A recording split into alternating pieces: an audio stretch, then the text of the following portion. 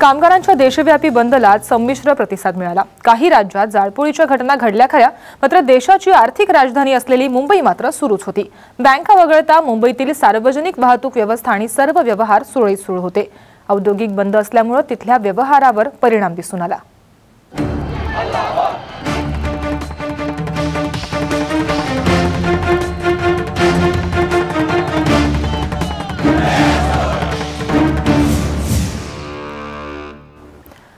कामगारांच्या देशव्यापी बंदला मिळालेल्या संमिश्र प्रतिसादाचा आढावा घेतलाय आमच्या राज्यभरातील विविध प्रतिनिधींनी।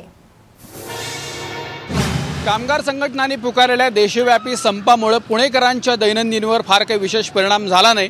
सरकारी कार्यालये बंद होती, अनेक कर्मचाऱ्यांनी वेगवेगळ्या ठिकाणी निदर्शनं केली, काही ठिकाणी रास्ता रोकोचे प्रयत्न झाले, पण लोकांच्या दैनंदिनीवर मात्र फार काही परिणाम झालेला नव्हता। बँका बंद होत्या, पण एटीएम सुरू असल्यामुळे संपाच्या पहिल्या दिवशी मात्र फार काही अडचण झाली नाही। हे होतं पुण्यातलं चित्र। आता जाऊया नाशिकमध्ये पल्लवी जुन्नरेकडे, तिथं बघूया काय परिस्थिती होती।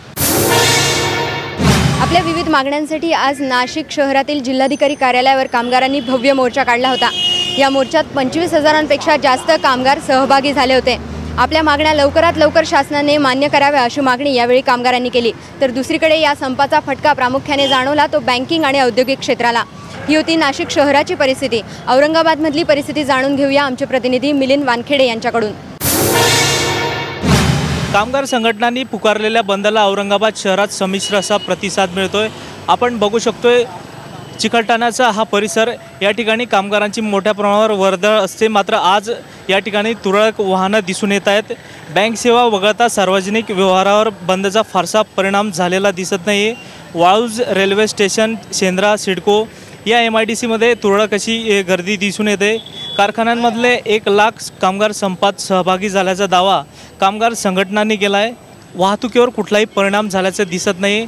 तसंच बजाजसारख्या मोठमोठ्या कंपन्या या संपात सहभागी झाल्या नसल्यामुळे संमिश्र असा प्रतिसाद औरंगाबाद शहरात पाहायला मिळतोय।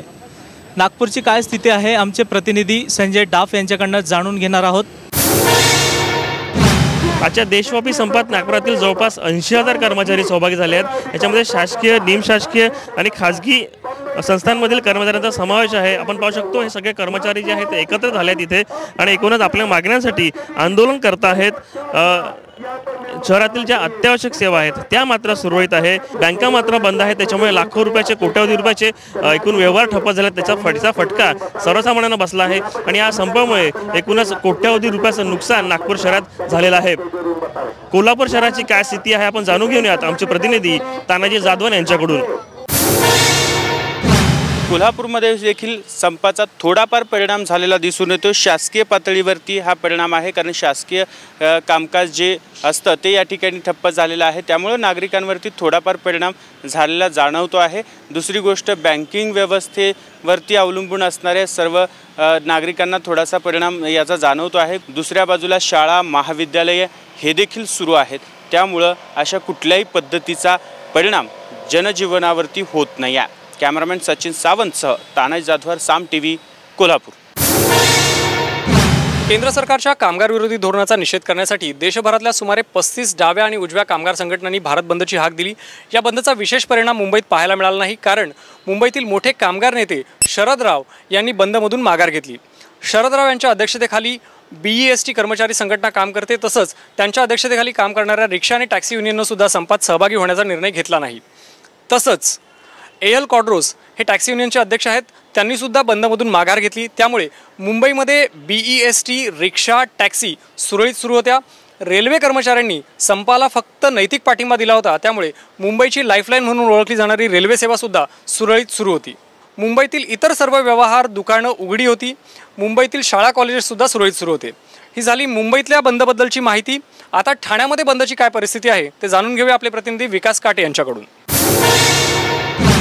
सरकार धोरणाला विरोध करण्यासाठी युनियनने पुकारलेल्या संपाला आज ठाणे शहरामध्ये संमिश्र प्रतिसाद मिळाला। शहरातील बँका पूर्णपणे बंद असल्या तरी शहरातील व्यवहार मात्र सुरळीतपणे सुरू होते।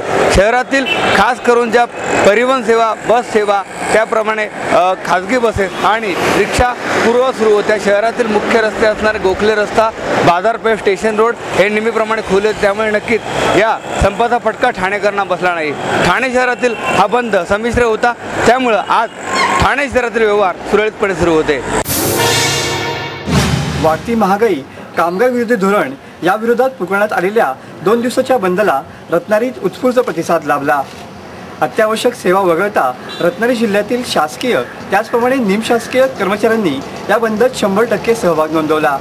रत्नागिरी जिल्ह्यातील रिक्षा त्याचप्रमाणे शहर वाहतूक आणि रेल्वे वाहतूकही आज सुरळीत सुरू होती। मात्र सरकारच्या या एकंदरीतच चुकीच्या धोरणाला विरोध नोंदवण्यासाठी आज मोर्चाही काढण्यात आला। जवळपास 7 ते 8 हजार कर्मचाऱ्यांनी जिल्हाधिकारी कार्यालयावर मोर्चा काढत सरकारच्या एकूणच धोरणाला विरोध दर्शवला। उद्याही अशाच प्रकारे बंदला चांगला प्रतिसाद मिळेल अशी आशा कामगार संघटनांनी व्यक्त केली आहे। मनोज लेले, साम टीव्ही, रत्नागिरी।